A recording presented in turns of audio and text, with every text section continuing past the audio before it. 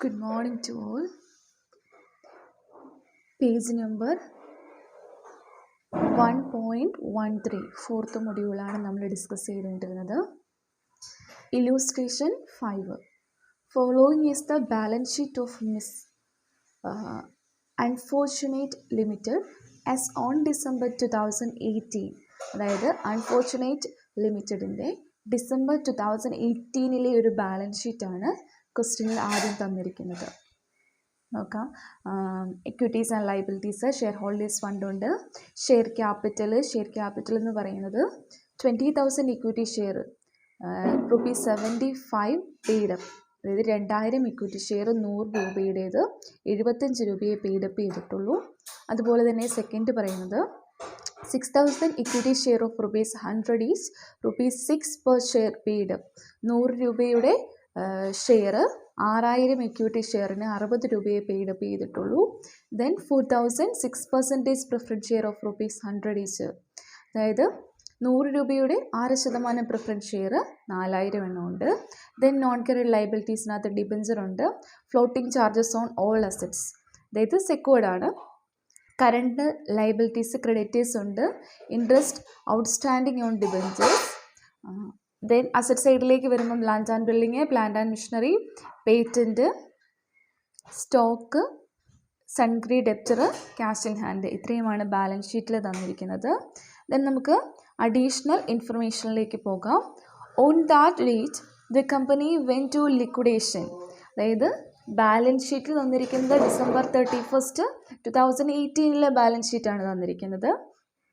ആ ഡേറ്റിൽ എന്താണ്, കമ്പനി ലിക്വിഡേറ്റ് ചെയ്തു. The dividend on preference share are in arrear for 2 years. Preference ഷെയറിൻ്റെ ഡിവിഡൻഡ് എന്ന് പറയുന്നത് എന്താണ്, 2 വർഷമായിട്ട് അരിയറാണ്, കിട്ടിയിട്ടില്ല. The arrear are payable on liquidation as per the articles of the company. കമ്പനിയുടെ ആർട്ടിക്കിൾ പ്രകാരം ഈ 2 വർഷത്തെ അരിയറായിട്ടുള്ള പ്രിഫറൻസ് ഷെയറിൻ്റെ ഡിവിഡൻഡ് എന്താണ്, ലിക്വിഡേഷൻ്റെ സമയത്ത് പേ ചെയ്യും. Creditors include a loan of ₹1 lakh on mortgage on land and building, അതായത് ക്രെഡിറ്റേഴ്സ് ക്വസ്റ്റ്യനിൽ എത്രയാണ് കൊടുത്തിരിക്കുന്നത് നോക്കി. ബാലൻസ് ഷീറ്റിൽ ലയബിലിറ്റി സൈഡിൽ ക്രെഡിറ്റേഴ്സ് മൊത്തം 2,90,000 ആണ് ക്രെഡിറ്റേഴ്സിൻ്റെ എമൗണ്ട് കൊടുത്തിരിക്കുന്നത്. ഇതിൽ 1 ലക്ഷം ക്രെഡിറ്റേഴ്സ് എന്ന് പറയുന്നത് അവർക്ക് കമ്പനിയുടെ ലാൻഡ് ആൻഡ് ബിൽഡിംഗ് മോട്ടോഗേജ് ഉണ്ട്. അതായത് ഈ ക്രെഡിറ്റേഴ്സ് എന്ന് പറയുമ്പോൾ എന്താണ്, കമ്പനി ഇവരുടെ അടുത്തുനിന്നും കടം വാങ്ങിയിട്ടുണ്ട്. അപ്പോൾ ചില കേസിൽ എന്താണ്, നമുക്കറിയാം, നമ്മൾ കടം വാങ്ങുമ്പോൾ നമ്മൾ വേറൊരാളുടെ അടുത്തുനിന്ന് കടം മേടിക്കുമ്പോൾ നമ്മൾ സെക്യൂരിറ്റി കൊടുക്കും എന്ന് പറഞ്ഞതുപോലെ തന്നെ ഈ ഒരു ക്രെഡിറ്റേഴ്സിന് അല്ലെങ്കിൽ 1 ലക്ഷം രൂപയുടെ എമൗണ്ടിന് ഉള്ള ക്രെഡിറ്റേഴ്സിന് ലാൻഡ് ആൻഡ് ബിൽഡിംഗ് എന്നാണ് സെക്യൂരിറ്റി ആയിട്ട് കൊടുത്തിട്ടുണ്ട്. അസറ്റ് റിയലൈസ് ചെയ്തിരിക്കുന്നത് land and building 2,40,000, plant and machinery 4 lakh, patent 16,000, stock 1,20,000, sundry debtor 1,60,000. Expense of liquidation amounted to 21,800. The liquidator is entitled to commission on 3% on all asset realized except cash at bank. അതായത് cash ഉൾപ്പെടാതെയുള്ള asset realise ചെയ്യുന്നതിൻ്റെ 3% കമ്മീഷന്. അതുപോലെ തന്നെ commission on 2% on the amount distributed amount unsecured creditors. Unsecured ക്രെഡിറ്റേഴ്സിന് distribute ചെയ്യുന്ന എമൗണ്ടിൻ്റെ 2% plus എന്താണ് 3% of asset realised excluded cash at bank. Preferential creditors amount to 30,000. Preferential creditors എന്ന് പറയുന്നത് എത്രയാണ്, 30,000 രൂപയാണ്. All payments were made on 13th June 2019. ഈ പറയുന്ന പേയ്മെൻറ്റ്സുകളെല്ലാം എന്താണ്, 13th June പേയ്മെൻ്റ് എല്ലാം ചെയ്തു കഴിഞ്ഞു.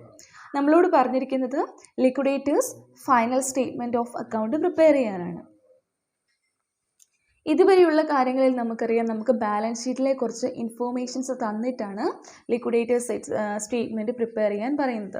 ഈ ഒരു ഇല്യൂസ്ട്രേഷനിലേക്ക് വന്നപ്പോൾ നമുക്ക് കംപ്ലീറ്റ് ആയിട്ടൊരു ബാലൻസ് ഷീറ്റ് തന്നിരിക്കുന്നു, അഡീഷണൽ ഇൻഫോർമേഷൻസ് തന്നിരിക്കുന്നു, അസറ്റ്സ് ഓരോന്നും എത്ര രൂപയ്ക്കാണ് റിയലൈസ് ചെയ്തിരിക്കുന്നതെന്ന് തന്നിരിക്കുന്നു. അതുപോലെ തന്നെ പ്രിഫറൻഷ്യൽ ക്രെഡിറ്റേഴ്സിന് എമൗണ്ട് തന്നിട്ടുണ്ട്. ദെൻ എന്താണ്, 1 lakh ക്രെഡിറ്റേഴ്സിന് 1 lakh rupeesൻ്റെ ക്രെഡിറ്റേഴ്സിന് ലാൻഡ് ആൻഡ് ബിൽഡിംഗ് മോട്ടോഗേജ് ആയിട്ട് കൊടുത്തിട്ടുണ്ട്. സോ നമ്മളോട് liquidators final statement of account prepare ചെയ്യാനാണ് പറഞ്ഞിരിക്കുന്നത്. സോ ഹെഡിങ് കൊടുക്കുക unfortunate limited in liquidation liquidators statement of account. അപ്പോൾ liquidators final statement of account prepare ചെയ്യുമ്പം ഫസ്റ്റ് ഡെബിറ്റ് സൈഡിൽ, അതായത് ലയബിലിറ്റി കോളത്തിൽ ഡെബിറ്റ് ചെയ്യേണ്ട കാര്യങ്ങൾ ഏതൊക്കെയാണ്? അസറ്റ് റിയലൈസ് ചെയ്യുന്ന എമൗണ്ട് എല്ലാം, അല്ലെങ്കിൽ അസറ്റ്സ് എല്ലാം എന്ത് ചെയ്യണം? ഡെബിറ്റ് ചെയ്യണം, റിയലൈസ് ചെയ്യുന്ന എമൗണ്ടിൻ്റെ ബേസിൽ. സോ ക്യാഷ് അറ്റ് ബാങ്ക് എന്ന് പറയുന്നത് റിയലൈസ്ഡ് എമൗണ്ട് ഇവിടെ തന്നിട്ടില്ലാത്തത് കൊണ്ട് ക്യാഷ് അറ്റ് ബാങ്ക് ഈ 60,000 തന്നെ എടുക്കുക. ദെൻ സൺക്രീ ഡെപ്റ്റർ 1,16,000, അതുപോലെ തന്നെ stock 1,20,000, patent 60,000, plant and machinery 4 lakh, land and building 2,40,000. So ഈ ഓരോ അസറ്റ് റിയലൈസ് ചെയ്ത എമൗണ്ടും ഇന്നർ കോളത്തിൽ ഡെബിറ്റ് കോളത്തിൽ എഴുതുക. Then total 10,40,000 rupees asset realise ചെയ്തിട്ടുണ്ട്. നമുക്ക് വേറെ കാര്യങ്ങളൊന്നും എന്താണ് ഡെബിറ്റ് ചെയ്യാനൊന്നുമില്ല, അസറ്റ് റിയലൈസ് ചെയ്തത് മാത്രമേ ഉള്ളൂ. ഇനി നേരെ എന്താണ് ക്രെഡിറ്റ് സൈഡിലേക്ക് വരിക, അസറ്റ് സൈഡിലേക്ക് വരിക അല്ലേ. അപ്പം ഇവിടെ വരുമ്പം ക്രെഡിറ്റ് സൈഡിലേക്ക് വന്നു കഴിയുമ്പം ഇനി ഈ 10,40,000 അസറ്റ് റിയലൈസ് ചെയ്ത എമൗണ്ട് ഉപയോഗിച്ചുകൊണ്ട് നമ്മൾ എന്താണ് പ്രയോറിറ്റി അനുസരിച്ച് പേയ്മെൻറ്റുകൾ കൊടുക്കുവാണ്.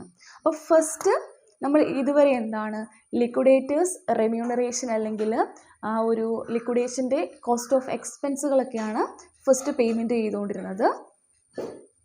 ഇവിടെ നമ്മൾ ഈ 1 lakh rupees, ഇത് 1 lakh rupeesൻ്റെ ക്രെഡിറ്റേഴ്സ് സെക്യൂർഡ് ക്രെഡിറ്റേഴ്സാണ്. അവർക്ക് ലാൻഡ് ആൻഡ് ബിൽഡിങ്ങിന് മോർട്ട്ഗേജ് ഉണ്ട്. അപ്പോൾ ആ സെക്യൂർഡ് ക്രെഡിറ്റേഴ്സിനാണ് എന്ത് ചെയ്യേണ്ടത്? ആദ്യം പേയ്മെൻറ്റ് കൊടുക്കേണ്ടത്. സെക്യൂർഡ് ക്രെഡിറ്റേഴ്സ് എന്ന് പറഞ്ഞു കൊടുക്കുന്നു. എത്രയാണ് സെക്യൂർഡ് ക്രെഡിറ്റേഴ്സിന്? 1 lakh rupees അവർക്ക് മോർട്ട്ഗേജ് ഉണ്ട്. ദെൻ അടുത്തത് വരുമ്പോഴെന്താണ്? ഇനി അടുത്തത് ലിക്വിഡേഷൻ എക്സ്പെൻസ് ആണ്. ലിക്വിഡേഷൻ എക്സ്പെൻസ് ക്വസ്റ്റ്യനിൽ കൊടുത്തിട്ടുണ്ട്. എത്രയാണ്? 21,800. ഇനി അടുത്ത ഏതാണ് പേയ്മെൻറ്റ് കൊടുക്കേണ്ടത്? Liquidators remuneration. ലിക്വിഡേറ്റേഴ്സ് റെമ്യൂണറേഷൻ എന്ന് പറയുന്നത് അസറ്റ് റിയലൈസ് ചെയ്തതിൻ്റെ 3% പ്ലസ് അൺസെക്യൂർഡ് ക്രെഡിറ്റേഴ്സിന് കൊടുത്ത പേയ്മെൻറ്റിൻ്റെ 2%. അൺസെക്യൂർഡ് ക്രെഡിറ്റേഴ്സ് എന്ന് പറയുമ്പം അതിനകത്ത് പ്രിഫറൻഷ്യൽ ക്രെഡിറ്റേഴ്സ് എക്സ്ക്ലൂഡഡ് ആണ് എന്നൊന്നും പറയാത്തത് കൊണ്ട് എന്താണ് പ്രിഫറൻഷ്യൽ ക്രെഡിറ്റേഴ്സിനെയും കൂടി എന്താണ് ഈ അൺസെക്യൂർഡ് ക്രെഡിറ്റേഴ്സിനകത്ത് നമുക്ക് പെർസെൻറ്റേജ് കമ്പ്യൂട്ട് ചെയ്യുന്ന കമ്മീഷൻ്റെ പെർസെൻറ്റേജ് കമ്പ്യൂട്ട് ചെയ്യുന്ന സമയത്ത് ഇൻക്ലൂഡ് ചെയ്യണം. സോ ഫസ്റ്റ് എന്ന് പറയുന്നത് അസറ്റ് റിയലൈസ് ചെയ്തതിന്. അപ്പം മൊത്തം 10,40,000 അസറ്റ് റിയലൈസ് ചെയ്തിട്ടുണ്ട്.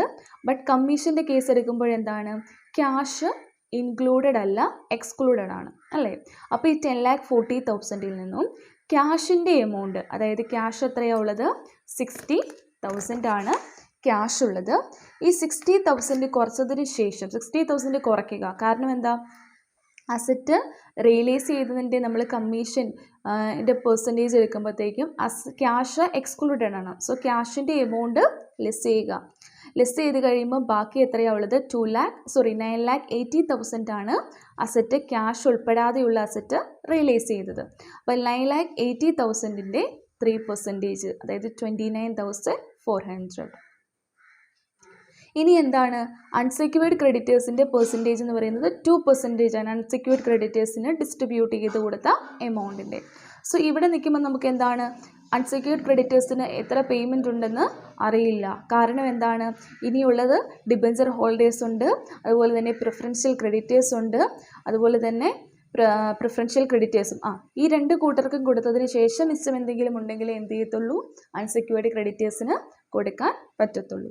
അപ്പം നമ്മൾ ഈ മോഡൽ പ്രോബ്ലം ചെയ്തതാണ്. സോ ഒന്നെങ്കിൽ എന്താണ് വർക്കിംഗ് നോട്ട് ചെയ്യാം, ഇല്ലെങ്കിൽ എന്താ ചെയ്യേണ്ടതെന്ന് ചോദിച്ചാൽ ഇവിടെ തൽക്കാലം എമൗണ്ട് എഴുതരുത്. അതായത് പ്രിഫറൻഷ്യൽ ക്രെഡിറ്റേഴ്സിനും അൺസെക്യൂർഡ് ക്രെഡിറ്റേഴ്സിനും എത്ര എമൗണ്ട് കൊടുത്തോ അതിൻ്റെ 2% ആണ് കമ്മീഷൻ. സോ പ്രിഫറൻഷ്യൽ ക്രെഡിറ്റേഴ്സിന് എത്ര കൊടുത്തു, അൺസെക്യൂർഡ് ക്രെഡിറ്റേഴ്സിന് എത്ര കൊടുത്തെന്ന് ഇപ്പം നമുക്ക് അറിയാൻ പറ്റത്തില്ല. കാരണം ഡിബഞ്ചർ ഹോൾഡേഴ്സിനും കൂടെ പേയ്മെൻറ്റ് കൊടുത്തിട്ട് മിച്ചമുള്ളതേ കൊടുക്കാൻ പറ്റുള്ളൂ. അപ്പം തൽക്കാലം നമ്മൾ എന്ത് ചെയ്യണം? ഇവിടെ 2 സ്പേസ് ബ്ലാങ്ക് ആയിട്ട് ഇടുക. ഈ 600ഉം 3,200 നമുക്കിപ്പോൾ അറിയത്തില്ല. സോ നിങ്ങൾ എഴുതുമ്പം ഇവിടെ ബ്ലാങ്ക് ആയിട്ട് ഇടുക. ദെൻ അടുത്തത് എമൗണ്ട് എഴുതാനുള്ള സ്പേസ് കൊടുക്കുക. അപ്പോൾ ഇത്ര എഴുതുക. 2% on amount paid to preferential creditors, 2% on unsecured creditors എന്ന് പറഞ്ഞ് എഴുതാനുള്ള എമൗണ്ട് എഴുതാനുള്ള സ്പേസ് ഇടുക. ദെൻ ഡിബഞ്ചർ ഹോൾഡേഴ്സിനാണ് ഇനി കൊടുക്കുന്നത് അല്ലേ. അപ്പോൾ ഡിബഞ്ചർ ഹോൾഡേഴ്സിൻ്റെ കേസ് നോക്കിക്കേ. ഡിബഞ്ചർ ഹോൾഡേഴ്സ് എമൗണ്ട് എത്രയാണ് ഉള്ളത് ക്വസ്റ്റ്യനിൽ? ഡിബഞ്ചർ ഹോൾഡേഴ്സ് 2 lakh ആണ്. 2 ലക്ഷം രൂപയുടെ ഡിബഞ്ചർ ഹോൾഡേഴ്സ് ആണുള്ളത്. അവർക്ക് 5% ഇൻട്രസ്റ്റ് ഉള്ളത്. അവർക്ക് എല്ലാ അസറ്റിലും ഫ്ലോട്ടിംഗ് ചാർജ് ഉണ്ട് അല്ലേ. അപ്പം അവരും സെക്യൂർഡ് ആണ്. അപ്പോൾ ഡിബഞ്ചർ ഹോൾഡേഴ്സിന് നോർമലി നമ്മൾ എന്താണ് ഈ ലിക്വിഡേഷൻ എക്സ്പെൻസും ഈ റെമ്യൂണറേഷനും കൊടുത്തു കഴിഞ്ഞിട്ടാണ് ഡിബഞ്ചർ ഹോൾഡേഴ്സിന് പേ ചെയ്യുന്നത് അല്ലേ. അപ്പോൾ ഡിബഞ്ചർ ഹോൾഡേഴ്സിന് പേ ചെയ്യുമ്പം ആദ്യം എന്താണ് ഡിബഞ്ചർ ഹോൾഡേഴ്സിന് കൊടുക്കാനുള്ള എമൗണ്ട് 2 lakh. ദെൻ അതിൻ്റെ കൂടെ എന്താണ് അവരുടെ ഇൻട്രസ്റ്റ് 5% ഇൻട്രസ്റ്റ് വരുന്നത്. അപ്പോൾ 5% എന്ന് പറയുന്നത് എന്നാണ് കമ്പനി ലിക്വിഡേറ്റ് ചെയ്യുന്നത്? 2018 December 31. അപ്പോൾ 2018 December 31 ബാലൻസ് ഷീറ്റാണ് തന്നിരിക്കുന്നത്. ദാറ്റ് മീൻസ് ഇവിടെ ഫിനാൻഷ്യൽ ഇയർ കൺസിഡർ ചെയ്യുന്നത് ജാനുവരി ടു ഡിസംബർ ആണ് അല്ലേ. ഫിനാൻഷ്യൽ ഇയർ എൻഡിലാണ് നമുക്ക് ബാലൻസ് ഷീറ്റ് തരുന്നത്. സോ ജാനുവരി ടു ഡിസംബർ ആണ് ഫിനാൻഷ്യൽ ഇയർ ആയിട്ട് ഇവിടെ എടുത്തിരിക്കുന്നത്. സോ ഫസ്റ്റ് ജാനുവരി 2017 മുതൽ 31 December 2018 വരെ 1 year അല്ലേ. ആ വർഷം ഡിബഞ്ചർ ഹോൾഡേഴ്സിന് ഇൻട്രസ്റ്റ് ഉണ്ട്. എത്രയാണ്? മൊത്തം 2 ലക്ഷത്തിൻ്റെ 5%. 2 ലക്ഷത്തിൻ്റെ 5% എന്ന് പറയുമ്പോൾ എത്രയാണ്? 10,000 10,000 ആണ് വരുന്നത്. ദെൻ എന്നാണ് കമ്പനി ലിക്വിഡേഷനിലേക്ക് വന്നിട്ട് പേയ്മെൻറ്റ്സ് മുഴുവൻ കൊടുക്കുന്നത് എന്നാണ്? 13th June ആയപ്പോഴത്തേക്കുമാണ് പേയ്മെൻറ്റ്സുകളൊക്കെ കൊടുത്തു തീരുന്നത്. അതായത് 2018 December 31 കഴിഞ്ഞിട്ട് പിന്നെയും 6 മാസം കൂടെ കഴിയണം. 13th June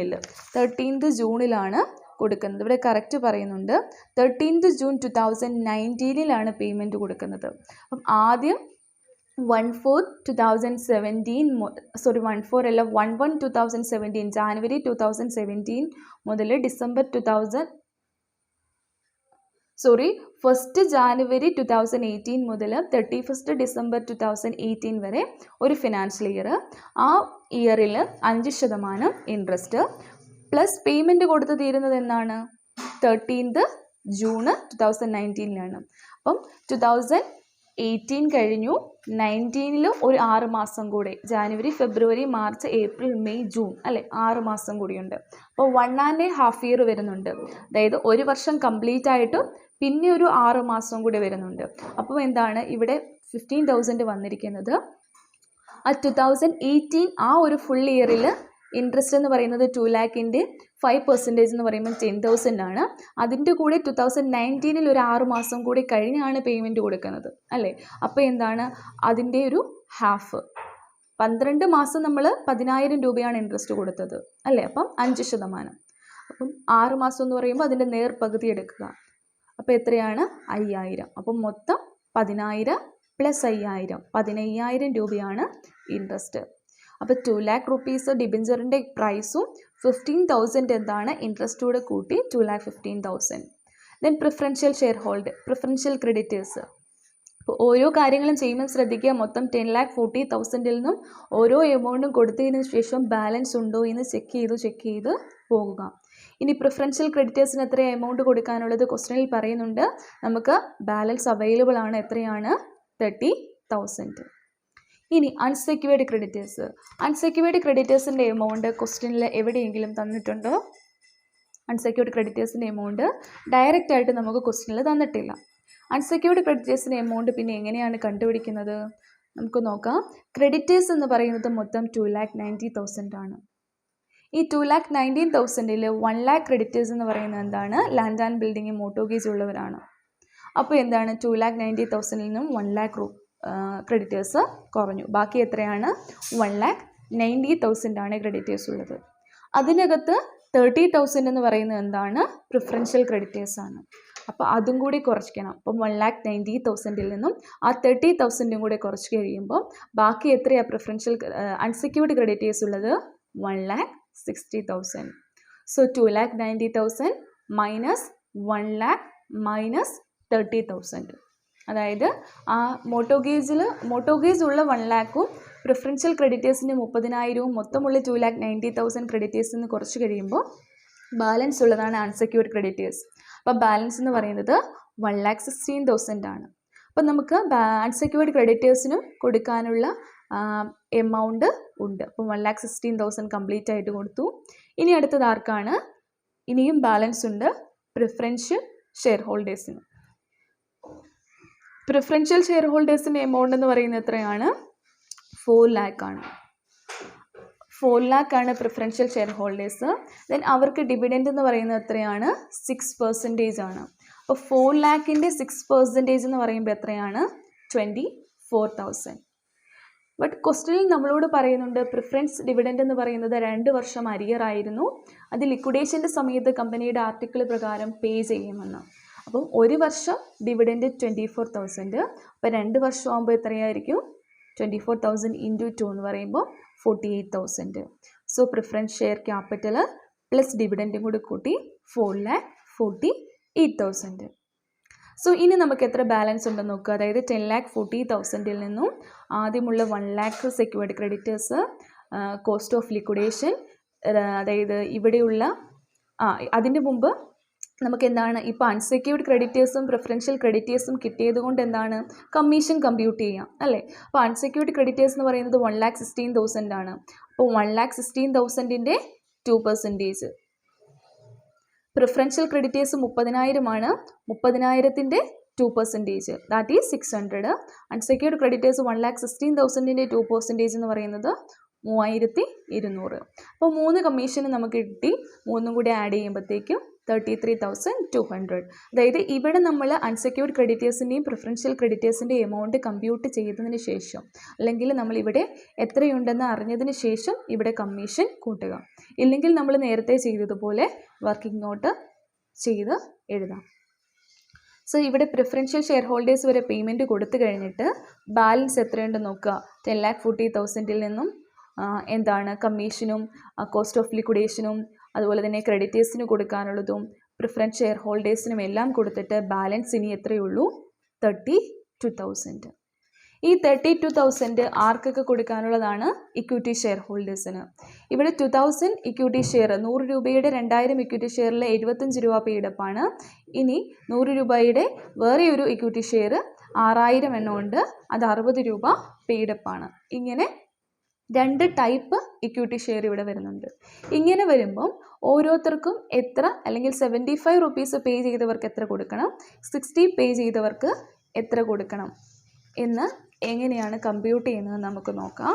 so equity share ഹോൾഡേഴ്സിന് മൊത്തം എത്രയാണ് കിട്ടാനുള്ളത്? Equity share capital full paid up ആയിട്ടുള്ള ഇക്വിറ്റി ഷെയർ ക്യാപിറ്റൽ നോക്കാം. 1,15,000 പ്ലസ് 6,000ൻ്റെ കേസിൽ 3,60,000. അപ്പം മൊത്തം പെയ്ഡപ്പ് എന്ന് പറയുമ്പോൾ എത്രയാണ്? 1,50,000 പ്ലസ് 3,60,000 എന്ന് പറയുമ്പോൾ 5,15,000 മൊത്തം എന്താണ്? പെയ്ഡപ്പ് ഉണ്ട്, പെയ്ഡപ്പ് ഷെയർ ക്യാപിറ്റൽ ഉണ്ട്. അതായത് 5,10,000 ഷെയർ ക്യാപിറ്റൽ നമ്മൾ എന്ത് ചെയ്യണം? തിരിച്ച് പേ ചെയ്യേണ്ടതാണ്. ബട്ട് പ്രിഫറൻസ് ഷെയർ ഹോൾഡേഴ്സിന് കൊടുത്തതിന് ശേഷം ബാലൻസ് ഇനി എത്രയേ ഉള്ളൂ? 32,000 ഉള്ളൂ. അതായത് 5,10,000 കിട്ടേണ്ടടുത്ത് 32,000 ഇനി അവൈലബിൾ ആയിട്ടുള്ളൂ. പ്രിഫറൻസ് ഷെയർ ഹോൾഡേഴ്സിന് കൊടുത്തതിന് ശേഷം ഇവർക്ക് ഇത്രയോ കിട്ടാനുള്ളൂ. അപ്പോൾ എത്രയാണ് ഇക്വിറ്റി ഷെയർ ഹോൾഡേഴ്സിന് ലോസ് ഉണ്ടാവുന്നത്? അതെങ്ങനെ കമ്പ്യൂട്ട് ചെയ്യും? 5,10,000 നിന്നും 32,000 കുറച്ച് ചെയ്യുമ്പോൾ 4,78,000 എന്താണ് ഇക്വിറ്റി ഷെയർ ക്യാപിറ്റലിന് ലോസ് വരുന്നുണ്ട്. അപ്പോൾ ഒരു ഷെയറിന് എത്ര ലോസ് ഉണ്ടാവുന്നുണ്ടെന്ന് എങ്ങനെ കമ്പ്യൂട്ട് ചെയ്യും? മൊത്തം ലോസ് എന്ന് പറയുന്നത് 4,78,000 ആണ്. 4,78,000 divided by number of share. എത്രയാണ് ടോട്ടൽ നമ്പർ ഓഫ് ഷെയർ? മൊത്തം 6,000 പ്ലസ് 2,000 അല്ലേ? 6,000 ഷെയർ, രണ്ടാമത്തെ കേസിൽ 2,000 ഷെയർ, മൊത്തം എത്രയാണ്? 8,000. അപ്പോൾ 4,78,000 divided by 8,000 number of share കൊണ്ട് ഡിവൈഡ് ചെയ്തപ്പം ഒരു ഷെയറിന് 59 രൂപ 75 പൈസയാണ് ലോസ് ഉണ്ടാവുന്നത്. ഇനി 2 കേസ് ഇക്വിറ്റി ഷെയർ പറയുന്നുണ്ട്. 75 പെയ്ഡപ്പും പറയുന്നുണ്ട്, 60 പെയ്ഡപ്പുമാണ്. അപ്പോൾ 75 രൂപ പെയ്ഡപ്പ് ചെയ്തവരും 60 രൂപ പെയ്ഡപ്പ് ചെയ്തവരും ഒരു ഷെയറിന് 59 രൂപ 75 പൈസ എന്ന രീതിയിൽ എന്താണ് ലോസ് സഫർ ചെയ്യണം. അപ്പോൾ 75 രൂപ പെയ്ഡപ്പ് ചെയ്തവരുടെ അടുത്ത് നിന്ന് 75 മൈനസ് 59 രൂപ 75 പൈസ കുറച്ചതിന് ശേഷം, അപ്പോൾ ഇത്രയും ലോസ് ഇവർ സഫർ ചെയ്യണം. അപ്പോൾ 59 രൂപ 75 പൈസ ഈ 75 രൂപ പേ ചെയ്തവരിൽ നിന്നും കുറച്ച് കഴിഞ്ഞ് ബാക്കി ഇനി അവർക്ക് എത്ര കൊടുത്താൽ മതി? 15 രൂപ 25 പൈസ. 60 രൂപ പെയ്ഡപ്പ് ചെയ്തവരുടെ കേസിലാണെങ്കിൽ 60ൽ നിന്നും അവർക്കുണ്ടായ ലോസ് 59 രൂപ 75 പൈസ കുറച്ചിട്ട് ബാക്കി 25 പൈസ 0.25 റുപ്പീസ് എന്നാണ് അവർക്ക് കൊടുത്താൽ മതി. അതാണ് ഇവിടെ കാണിച്ചിരിക്കുന്നത്. Equity share capital 50.2 per share on 2000 share of 70 paid-up. അപ്പോൾ എത്രയാണ്? മൊത്തം 2000 ഷെയർ. 2000 ഷെയറിൽ ഒരു ഷെയറിന് 15 രൂപ 25 പൈസ വീതം. ഇപ്പോൾ 2000 ഇൻറ്റു 15.25 എന്ന് പറയുമ്പോൾ 30,500. ഇനി സെക്കൻഡ് കേസിൽ 6000 ഇൻറ്റു 0.25 എന്ന് പറയുമ്പോൾ 1500. അപ്പോൾ ടോട്ടൽ എത്രയാണ്? 32,000. അപ്പം എന്താണ്? ഡെബിറ്റ് സൈഡും ക്രെഡിറ്റ് സൈഡും ബാലൻസായി. അപ്പോൾ ഓക്കെ, ക്ലിയർ ആണെന്ന് കരുതുന്നു. ഡൗട്ട് ഉണ്ടെങ്കിൽ ചോദിക്കാം.